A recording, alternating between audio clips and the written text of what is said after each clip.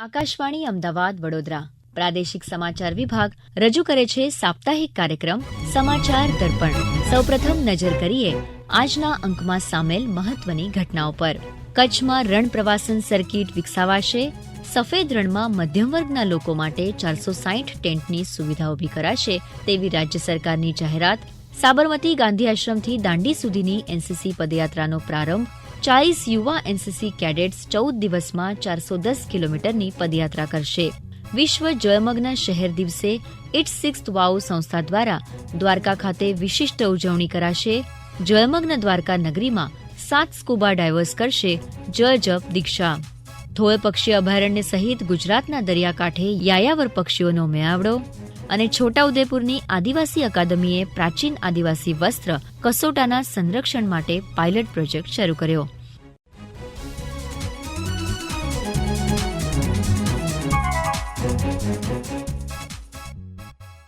નમસ્કાર શ્રોતા મિત્રો. ઉજ્જડ જમીન તરીકે જેની ઓળખ હતી એવા કચ્છ જિલ્લાએ આજે પ્રવાસન ક્ષેત્રે મોટી સિદ્ધિઓ હાંસલ કરી છે. દરિયો, રણ અને ડુંગર ધરાવતા આ પ્રદેશની કાયાપાલટમાં મોટો ફાળો કોઈનો હોય તો એ સફેદ રણમાં ધોરડો ગામમાં યોજાતા રણોત્સવનો. માત્ર 3 દિવસના આયોજનથી શરૂ કરાયેલો આ ઉત્સવ આજે રાજ્યના પ્રવાસનને વેગ આપવાની સાથે સાથે સ્થાનિક લોકોના આર્થિક સામાજિક વિકાસનું માધ્યમ બન્યો છે. મુખ્યમંત્રી ભૂપેન્દ્ર પટેલે કચ્છ જિલ્લાની તાજેતરની મુલાકાત દરમિયાન ત્યાંની રંગારંગ સંસ્કૃતિનો લાવો લીધો હતો અને આવનાર સમયમાં કચ્છમાં રણ પ્રવાસન સર્કિટ વિકસાવવાની નેમ પણ વ્યક્ત કરી હતી. કચ્છના રણોત્સવની મુલાકાતે આવવાની ઈચ્છા ધરાવતા પ્રવાસીઓ માટે શું શું આયોજન છે તે અંગે સાંભળીએ અમારા ભુજના પ્રતિનિધિ અશરફ નથવાણીનો અહેવાલ. સરહદી જિલ્લો કચ્છ પ્રવાસન ક્ષેત્રે વિશ્વ ફલક પર પહોંચ્યું છે. રાષ્ટ્રસંઘના વિશ્વ પર્યટન સંગઠન દ્વારા વિશ્વના શ્રેષ્ઠ પ્રવાસન ગામોની યાદીમાં સામેલ કરવામાં આવેલ ધોરડો અને યુનેસ્કોની વિશ્વ વિરાસત સાઇટમાં સમાવિષ્ટ ધોળાવીરા આ બંને સ્થળો આજે કચ્છના પ્રવાસનના કેન્દ્ર છે. કચ્છના સફેદ રણમાં ધોરડો ખાતે 4 મહિના સુધી ચાલતો રણોત્સવ એ દેશ વિદેશના પ્રવાસીઓમાં ખૂબ જ પ્રિય ઉત્સવ બની ગયો છે. કચ્છની કળા, ભાતીગળ સંસ્કૃતિ, મહેમાનગતિ અને પરંપરાનો સંગમ એટલે રણોત્સવ. આ વખતે 15 માર્ચ 2025 સુધી ચાલનાર રણોત્સવમાં કચ્છની ઓળખ એવા ભૂંગાઓ ધરાવતી વિશાળ ટેન્ટ સિટી, સફેદ રણમાં ઊંટ સવારી, કચ્છની સંસ્કૃતિની ઝાંખી કરાવતા પ્રદર્શનો, સ્થાનિક લોકનૃત્યો, સ્ટાર ગેઝિંગ, હોમસ્ટે અને હેન્ડીક્રાફ્ટ બજાર એ મુખ્ય આકર્ષણો છે. સફેદ રણના સથવારે સૂર્યોદય અને સૂર્યાસ્તના સમયનો પ્રાકૃતિક નજારો અને પૂનમની રાતે 16 કળાએ ખીલેલી ચંદ્રમાની ચાંદનીનો લહાવો જિંદગીભરનું સંભાળણું બની રહે છે. ટેન્ટ સિટીના મેનેજર અમિત ગુપ્તા કહે છે કે દરેક વર્ગના લોકો આવીને રણોત્સવ માણી શકે તે માટે વિવિધ કેટેગરીના પેકેજ રાખવામાં આવ્યા છે તથા પ્રવાસીઓને ભુજથી ટેન્ટ સિટી અને અન્ય પ્રવાસન સ્થળો સુધી લઈ જવાની સુવિધા પણ આપવામાં આવે છે. देखिए, रण उत्सव की शुरुआत अक्टूबर लास्ट से स्टार्ट हो जाती है जो 15th ऑफ मार्च तक इस बार चलेगी.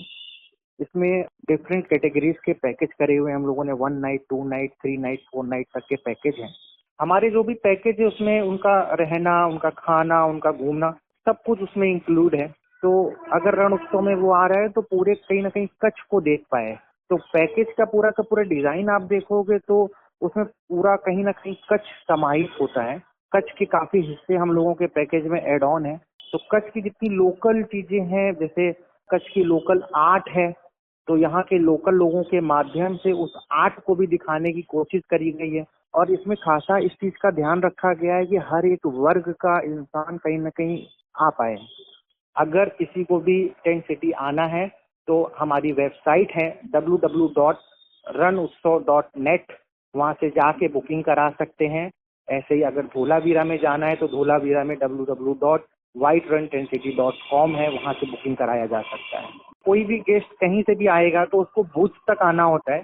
भुज के बाद उसको हम लोग पिकअप देते हैं अगर उसको रण में टेंट सिटी में आना है या फिर धोलावीरा की टेंट सिटी में आना है. બીજી બાજુ પુરાતત્વીય મહત્વ ધરાવતા ધોળાવીરામાં આ વર્ષથી નવી ટેન્ટ સિટી શરૂ થતાં પ્રવાસીઓની સંખ્યામાં નોંધપાત્ર વધારો થયો છે.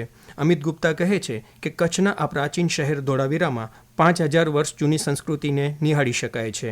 धोलावीरा की अगर बात करी जाए तो अभी यूनेस्को ने वर्ल्ड हेरिटेज साइट डिक्लेयर करी है, जो हम लोगों के लिए हर एक भारतवासी के लिए बहुत सम्मान का विषय है। धोलावीरा में जाके हमारी जो भी संस्कृति थी उस संस्कृति को जाना जा सकता है।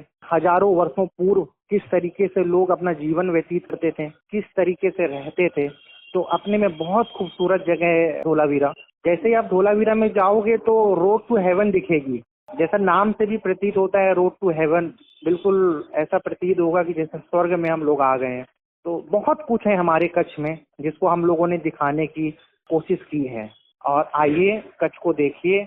और एक लाइन है बहुत सार्थक है कि कच्छ नहीं देखा तो कुछ नहीं देखा। કચ્છ રણોત્સવમાં આવતા પ્રવાસન પ્રેમીઓ રણની મજા માણવા સાથે માંડવી, કાળો ડુંગર, માતાનો મઢ, નારાયણ સરોવર જેવા દર્શનીય સ્થળોની મુલાકાત લેવાનું આયોજન જાતે પણ કરી શકે છે. ભુજ સુધી હવાઈ, રેલવે અને રોડ માર્ગે એમ ત્રણેય રીતે પહોંચી શકાય છે. ભુજથી ધોરડો 80 કિલોમીટર દૂર આવેલો છે. ગુજરાત રાજ્ય માર્ગ પરિવહન નિગમ દ્વારા આ વર્ષે અમદાવાદ એરપોર્ટથી રણોત્સવ જવા માટે ધોરડો સુધી સીધી વોલ્વો બસ સેવા શરૂ કરવામાં આવી છે. કચ્છ એસટીના વિભાગીય નિયામક યોગેશ પટેલ કહે છે કે ભુજથી ધોરડો અને ત્યાંથી સફેદ રણ ઉપરાંત કચ્છના અન્ય જોવાલાયક સ્થળોને જોડતી વિવિધ બસ સુવિધાઓ ઉપલબ્ધ છે. એરપોર્ટથી ધોરડો સીધી એક વોલ્વો બસનું સંચાલન કરવામાં આવે છે. એમાં ઓનલાઈન બુકિંગ કરી શકો છો. ભુજથી ધોરડો વચ્ચે પણ આપણે 3 ટ્રીપ એક્સપ્રેસ ચલાવીએ છીએ. એમાં પણ પ્રવાસી બુકિંગ કરી શકે છે. વધુમાં ત્યાં જે બસ સ્ટોપ છે ત્યાંથી વોચ ટાવર અંદાજિત 4.5-5 કિલોમીટર છે. ત્યાં જવા આવવા માટે અત્યારે આપણે 20 મિડી બસો સતત મૂકેલી છે, જે સબરસ બસ સ્ટોપથી વોચ ટાવર સુધી સતત ચાલ્યા કરે છે રાત્રે 10 વાગ્યા સુધી, જેથી મુસાફરોને ત્યાં રણનો લાભ લઈ શકે, વોચ ટાવર જઈ શકે, સાંસ્કૃતિક પ્રોગ્રામ નિહાળી શકે અને વોચ ટાવરે જે લાઇટિંગ સાઉન્ડ શો છે એ પણ નિહાળી શકે. આ રીતનું એક પ્રવાસીઓને વધુ સુવિધા અને સસ્તી એસટીની મળે એ માટેનું આ એક આયોજન કરવામાં આવેલ છે.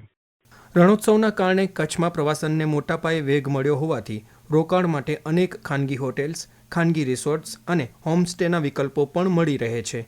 તેમજ પરિવહન માટે ખાનગી ટુરિસ્ટ ટ્રાવેલ્સ વાહનો પણ સરળતાથી ઉપલબ્ધ થઈ જાય છે. આમ રણોત્સવ એ કચ્છના સાંસ્કૃતિક રંગો અને કચ્છી માળુની ખુમારીને પ્રતિબિંબિત તો કરે જ છે, તો સાથે જ તે કચ્છના ગ્રામીણ જીવનમાં સામાજિક, આર્થિક, પર્યાવરણીય ઉન્નતિનો મોટો આધાર પણ બન્યો છે. સમાચાર દર્પણ માટે ભુજ કચ્છથી અશરફ નથવાણી. મહાત્મા ગાંધીજીની જન્મભૂમિ અને કર્મભૂમિ રહેલા આપણા ગુજરાતમાં યુવાનોને ગાંધીજીના અમૂલ્ય વારસા સાથે અવગત કરવા તાજેતરમાં એનસીસી કેડેટ દ્વારા સાબરમતી ગાંધી આશ્રમથી દાંડી સુધીની પદયાત્રાનો પ્રારંભ થયો છે. આ પદયાત્રામાં 40 યુવા એનસીસી કેડેટ્સ 14 દિવસમાં 410 કિલોમીટરની યાત્રા કરશે. શિક્ષણ મંત્રી પ્રફુલ્લ પાનસેરિયાએ આ યાત્રાને પ્રસ્થાન કરાવ્યું હતું. ત્યારે કહ્યું હતું કે યાત્રા જ્યાંથી પસાર થશે ત્યાંના યુવાનોમાં રાષ્ટ્રભક્તિ, સમર્પણ અને લોકસેવાનો ભાવ પ્રગટાવશે. મારા નવજવાન યુવાનો દાંડી યાત્રા કરી રહ્યા છે. જે યુવાન યુવતીઓ આ ગાંધી આશ્રમથી નમક સ્મારક સુધી જશે અને આ યાદગાર નહીં યુવાનોને સંદેશ છે. મારો યુવાન જ્ઞાતિવાદ, જાતિવાદ, પ્રાંતવાદને સીમાડાઓ અને બહાર ફેંકી દઈ માનવીયતાવાદનો દીવો પ્રજ્વલિત કરશે. અંધારું છે, અંધારું છે એમ કહેવાથી અંધારું દૂર નહીં જાય. હું એક દીપ પ્રજ્વલિત કરી દઉં, આપોઆપ અંધારું દૂર થઈ જશે. કદમ બઢાયું છે તો આગળ વધશે. તમે આજ સંદેશો આપી રહ્યા છો એ યુવાનોને કે અમે વ્યસનોથી દૂર રહીશું, અમે લોભ લાલચમાં પણ નહીં આવીએ. અમે તેજસ્વી યુવાનો છીએ, અમે નચિકેતા છીએ, અમે અહિલ્યાબાઈ હોલકર છીએ. એનસીસી દ્વારા ડિસિપ્લિન આવશે, રાષ્ટ્રપ્રેમ આવશે. હે વીરો, આ રાષ્ટ્રની અંદર તમે ઉર્જાવાન છો. અનંત ઉર્જાઓ તમારા શરીરની અંદર વહેતી રહી છે. બસ એને મનનો કમાન્ડ આપો, મનની તાકાત આપો, પોઝિટિવ ઉર્જાથી ભરી દો. કોઈ અશક્ય વસ્તુ નથી.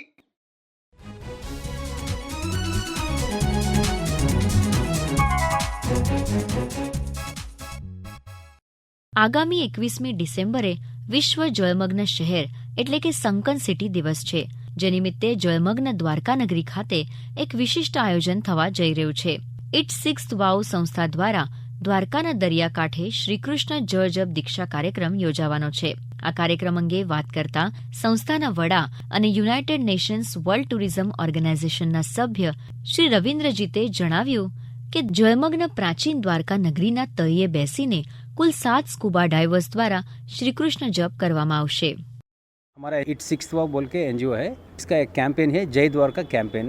सो ये जय द्वारका कैंपेन का मुख्य उद्देश्य है कि ये जो हमारा श्री कृष्ण भगवान का द्वारका है वो एक्सकवेट करना है और एक्सप्लोर करना है और इसको सेफ गार्ड करना है और पूरा दुनिया को इसका प्रमोट करना है.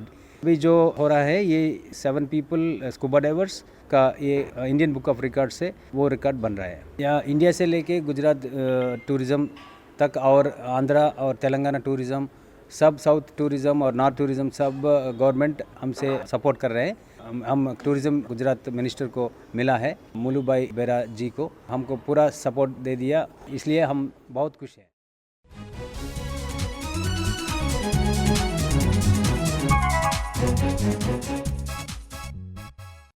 શિયાળાની શરૂઆત થવાની સાથે સાથે યાયાવર પક્ષીઓ રાજ્યના મહેમાન બનવા લાગ્યા છે. મહેસાણા જિલ્લામાં આવેલા થોળ પક્ષી અભયારણ્યમાં વિદેશી પક્ષીઓનો મેળાવડો થયો છે. યાયાવર પક્ષીઓના ગુજરાત પ્રવાસ વિશે માહિતી આપે છે પક્ષીવિદ નરેશ ઠાકોર. અહીંયા પેલિકન, ગ્રે લેગુસ, બારહેડેડ, સાઉલર, પિન્ટલ, રૂડી સેલ્ડક, ક્રેન એવા ઘણા બધા પક્ષીઓ આવે છે. આ બધા ત્યાંથી જે સાયબરેરિયા એ બધા ત્યાંથી ઠંડી બહુ પડે અને ત્યાં બરફની એક ચાદર છવાઈ જાય ત્યાંથી એમને ખોરાક ના મળે એના માટે ખોરાક શોધવા અને રહેવા માટે ત્યાં આવે છે. થોળ તળાવ એક જ ત્યાં સુરક્ષિત એક જગ્યા છે અને એમને આ બધું ફરતા બેટ છે એમને રહેવાનું ખાવાનું સમયસર ફરતા ખેતરમાં મળી રહે છે. અહીંયા ફેબ્રુઆરીના એન્ડ સુધી રહેશે જ્યાં સુધી ઠંડી રહેશે ત્યાં સુધી રહેશે. આ તળાવ છે તેની અંદર ઘણા પક્ષીઓ છે એના માટે આ નાઇટ પેટ્રોલિંગ કરીએ છીએ અને કડી તાલુકામાં કોઈ બી રેસ્ક્યુ હોય એ કામ અમારું છે. તેને રેસ્ક્યુ કરી સુરક્ષિત લઈ અને વાઇલ્ડ લાઇફ કેર સેન્ટરમાં એડમિટ કરીને સારવાર પડાવીએ છીએ.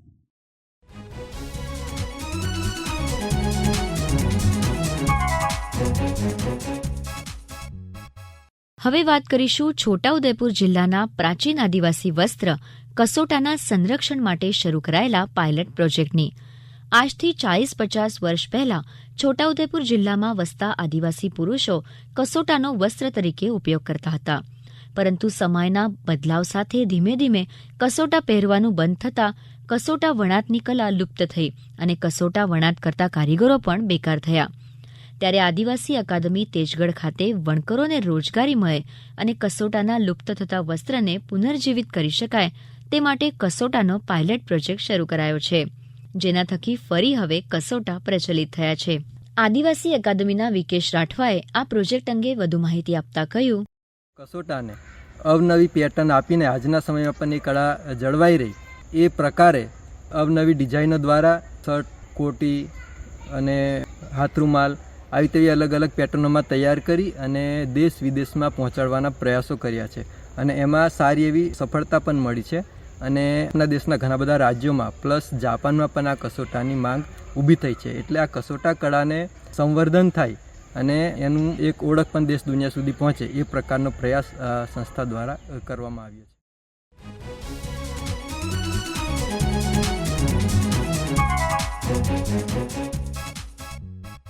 આ સાથે સમાચાર દર્પણ કાર્યક્રમનો આજનો અંક પૂર્ણ થયો. ફરી મળીએ આવતા મંગળવારે એક નવા અંક સાથે. સમાચાર દર્પણ કાર્યક્રમ આકાશવાણી અમદાવાદ વડોદરાના પ્રાદેશિક સમાચાર વિભાગ દ્વારા દર મંગળવારે રાત્રે 9:15 રજૂ કરવામાં આવે છે. સંકલન વિધિ મોદી, લેખન, સંપાદન અને રજૂઆત અપર્ણા ખૂંટ.